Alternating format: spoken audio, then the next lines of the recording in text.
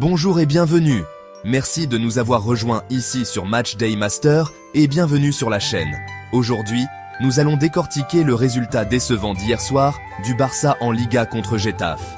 Nous allons nous plonger dans ce qui s'est mal passé, les leçons que nous pouvons tirer de ce match et comment nous pouvons aller de l'avant. Malheureusement, il y a d'autres mauvaises nouvelles, car Dani Olmo s'est à nouveau blessé, dont nous parlerons plus tard. Sur une note plus positive, le mercato de janvier est en cours, et le Barça a le potentiel de faire des mouvements percutants. Nous aborderons également la situation de Marcus Rashford et suggérerons une signature qui pourrait renforcer considérablement l'équipe. Récapitulatif du match contre Getafe. Commençons par le match frustrant d'hier soir contre Getafe. Avant le match, beaucoup d'entre nous s'attendaient à un match difficile. Mais quand nous avons marqué en début de match par Koundé, suite à une action bien exécutée impliquant Pedri, j'ai eu l'espoir que nous pourrions contrôler le jeu, faire sortir Getafe de sa position défensive et les contrer. Malheureusement, les choses ne se sont pas déroulées comme prévu. Malgré notre avance en début de match, nous n'avons pas su en profiter et avons eu du mal à maintenir l'intensité tout au long du match. Le style de jeu de Getafe, que je qualifierais d'anti-football, a rendu le match incroyablement ennuyeux et frustrant.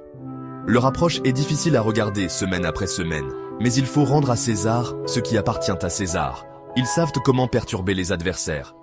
Si la tactique de Getafe était problématique, nous ne pouvons pas ignorer les propres lacunes du Barça. Cette saison, nous avons été capables de nous montrer à la hauteur lors de grands matchs, comme celui contre le Real Madrid, mais nous avons eu du mal à reproduire cette régularité en Liga. Les points perdus face à des équipes comme Getafe, Leganés et Las Palmas nous ont laissés à la traîne derrière le Real Madrid et l'Atlético Madrid. Le classement ne ment pas, il reflète notre manque de régularité et notre incapacité à exploiter les occasions de but. Problème clé. Au cours des 2 derniers matchs de Liga, nous avons raté 19 occasions importantes de plus que le Real Madrid et l'Atlético réunis. C'est une statistique alarmante. Il y a quelques semaines à peine, nous marquions sans problème contre des équipes comme le Real Betis et le Real Madrid, mais dans des matchs comme celui d'hier, notre finition nous a abandonnés. La blessure de Dani Olmo ne fait qu'ajouter à la frustration. Il est entré en jeu pendant les 30 dernières minutes contre Getafe. Mais il a eu un léger problème musculaire, ce qui l'a écarté du choc de Ligue des Champions contre Benfica. Bien qu'il s'agisse peut-être d'un revers à court terme, les antécédents de blessure d'Olmo suscitent des inquiétudes quant à sa fiabilité à long terme, ce que nous savions déjà lors de son recrutement du RB Leipzig. Mercato de janvier. Compte tenu de nos difficultés, le mercato de janvier représente une occasion en or de régler certains de ces problèmes. L'une des principales préoccupations est la situation d'Ansu Fati. Écarté de l'effectif pendant 4 matchs consécutifs, il ne fait clairement pas partie des plans d'Hansi Flick. Le club voudrait apparemment le voir partir, mais Ansu semble réticent à partir. Son manque de temps de jeu est inquiétant, et à moins que quelque chose ne change radicalement, il est peu probable qu'il joue un rôle important à l'avenir. Cela nous amène à Marcus Rashford, qui fait face à une situation similaire à Manchester United. Les 2 joueurs ont besoin d'un nouveau départ, et un transfert pourrait leur être bénéfique, ainsi qu'à leur club. Cependant, Rashford est-il vraiment la solution dont le Barça a besoin ? Une approche différente.